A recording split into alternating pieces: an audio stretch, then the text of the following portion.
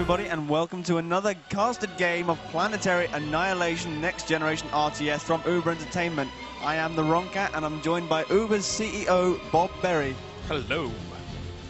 So we're just now at the stage of the game where the players are selecting their spawn locations. They have 3 planets they can spawn on. If you look in the top right there, the little green circle indicates that is the planet they can start on. So they can start on the Earth-type planet here, PAX Prime. So far, this is relatively rarely selected because it has some resources on it, but not as many as, for example, our lava planet over here, the lava PAX. Lots and lots of metal resources on it. I'll talk a little bit about why that's important in just a second. The third, of course, is the moon over here. Hopefully, if you look closely in the top right, you can see 2 little pips there, which indicate that you can actually build 2 thrusters on the side of this planet and send it smashing into another, if you get the resources and the economy to do so. We can see our players have spawned in, so let's have a little look and see where they are. We can see on the moon, both teams have elected to place 1 of their commanders on this moon, so they're going to be fighting for control of this important strategic planet, because if they have access to those thrusters, that is a huge deterrent for their opponents. And we can see nobody has elected to start on the Earth type, which must mean we have 2 commanders from each team over here on the lava planet. There's 1, 2 orange and 1, 2 blue.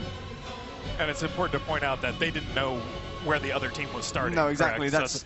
That's one scout. phase of the game where you have a real nice strategic decision to make right at the beginning. Yes, indeed. You have a number of spawn locations available to you, indicated by little green circles available to the players. Now they must scout, and we can see here on my screen, we can indeed see the orange teams have just scouted the blue opponent. They now know where that base is. And it looks like if he just turns to the left a little bit, he's just missed it, I'm afraid.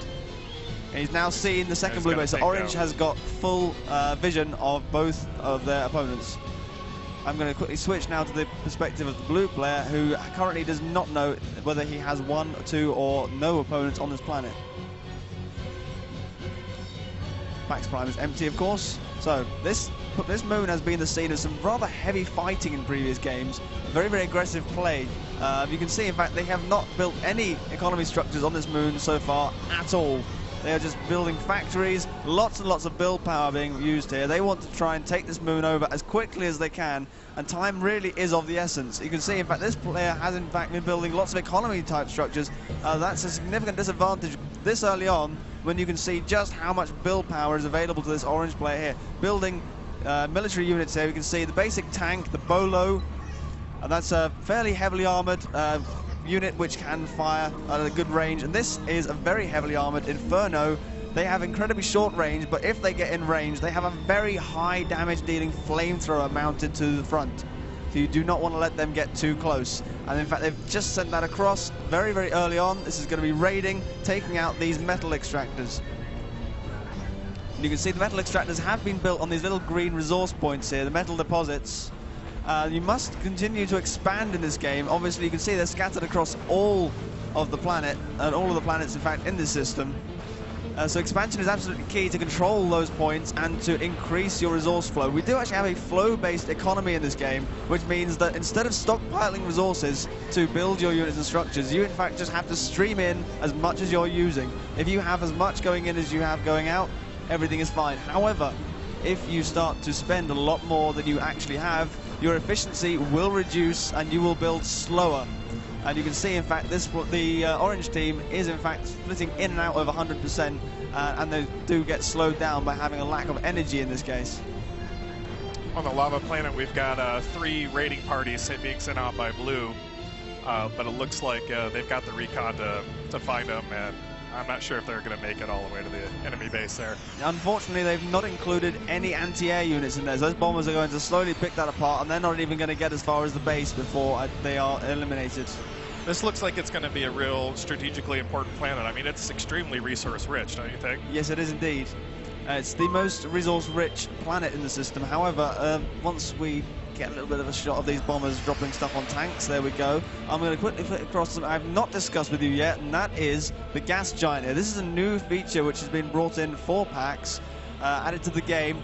There are no surface-based there's no surface-based combat possible on this planet because there is no surface. It is a gas giant. The only fighting that can happen here is in the orbital layer around the planet itself, and you can in fact build some resource jigs which extend arms down into the gas and extract metal and energy for your economy. And on the moon, we've got a commander that's potentially in a lot of danger. He's not in a great position here with all these flame tanks around. No, he's not. You do not want to let those go too close. Thankfully, there's only a few flame tanks in the army. He does have the Uber cannon available to him. He should be able to see these off. Unfortunately, his base is gone. He needs to build a teleport and get off this planet now because the orange player has completely overwhelmed him here. He's getting a bit too close. These Infernos are going to loop round. There's more coming in. He's got nowhere to go. He's got nowhere to go. They are chasing him down. He needs to get the Uber cannons out as quickly as he can. He needs to get. He's building the teleporter. Is he going to be able to get off the planet in time? Inferno's closing in. More reinforcements coming in. These buildings all disappearing left, right, and centre. No more defensive units. No more defensive structures. Tanks streaming in. He's built the teleporter. He's on the wrong side of the teleporter. He's not going to be able to get through. The flame tanks coming in. He's not going to make it. They're licking flames furiously, and that commander is about to go bye-bye. Boom. Explosions. We like explosions, don't we? I love explosions. You know, commander's extremely strong, but he's not particularly mobile, right? No, so it wouldn't have really done anything to try to run away from that army. No, the Infernos, unfortunately, are faster than the commanders. So once they get within range, they are particularly effective commander killers because they can just outrun him and gun him down. So now, while we have one commander dead, that is not the end for that particular team because they have 3 commanders, correct? That they do, and this is actually a shared armies game type, which means all 3 players have control of all of their armies. So all 3 players can just swoop in and issue commands to any remaining player. So although they are 1 commander down, they still have 2 remaining. But unfortunately, once the remaining 2 commanders die, you are out of the game. The commander is like the king piece of Planetary Annihilation. Once he's gone, you're out. Orange is streaming these units off the moon onto the lava planet. Orange has won a very important victory there, actually. Although the teleporter is probably going to get taken down. Oh, I say that. The bombers have just swept in and dealt with those units very effectively. A couple of Infernos there running around. The orange player now has complete control over this moon, which means not only can they continue to produce units and stream them through teleporters to support their allies, they can also attach gigantic interplanetary thrusters onto the side of the moon and send it smashing into any of the other planets in the system. Now I can see here the orange player has started building orbital launchers, which will enable him to travel between the planets. So, what I'm going to make we've got a commander traveling in between planets right now. Have we? Yes, orange commander, I'm not sure where he's heading to. It looks like he's going to the metal planet, which is very strategically important, and I will tell you why in just a moment. I'm just going to talk you through a little feature called the Picture-in-Picture. This is the 3D RTS's answer to the minimap. Obviously, there's so much going on, it's absolutely impossible to summarize everything that's happening in a single window. So what this does is it actually opens a second window onto the game. You can use this as a player to zoom in on any point in the solar system and control armies. So this is actually just a second window. You can actually micromanage an army on 2 planets at the same time with this window. But I'm going to use it for now to give us an overview of the solar system so we can keep an eye on things moving between the planets, because that's a useful thing to know. But the orange commander is now heading over to this metal planet here. Lots of metal on here, but much more importantly, at the North Pole, you can see these 5 control points. If the player is able to build 5 structures on those control points, they are able to activate the moon and turn it into a gigantic death laser, which can annihilate planets.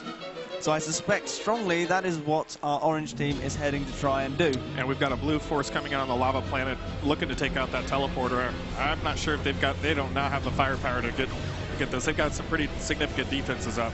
Unfortunately, you saw there the teleporter just switched off. Looking at the economy tab, the orange player ran out of economy. They were streaming some reinforcements through that teleporter, but their energy dropped and they were unable to keep it open. So these are all they've got until they can fix their economy. And actually, the blue player is actually sweeping through and destroying yet more energy production. So taking out all of this energy production has stopped the flow of reinforcements. You need to have energy available to have the teleporter open.